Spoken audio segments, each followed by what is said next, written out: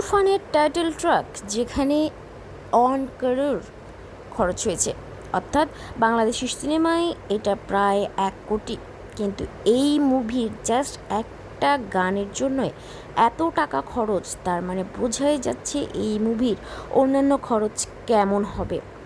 আর এই সঙের জন্য সাকিব খানকে অনেক কষ্ট করতে হয়েছে। প্রায় 400 শিল্পী নিয়ে তার ডান্স আজকে মোটামুটি রিহার্সাল বা প্রথম অংশ শেষ হয়েছে।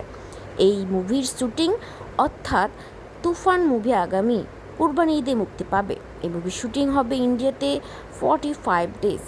অন্যদিকে সাকিব খানের এই লুক দেখে রীতিমতো সবাই অবাক হয়ে গিয়েছিল জাস্ট একটা পোস্টারে। এর আগে সাকিব রাজকুমার নিয়ে উথাল পাথাল চলছে দর্শকদের মনে। এরই রেশ কাটতেই না কাটতেই সাকিবের আরেক ধামাকা। সাকিব খানের এই ধামাকা কখন শেষ হয় তা আগামী বলেই দেবে ঈদের পর।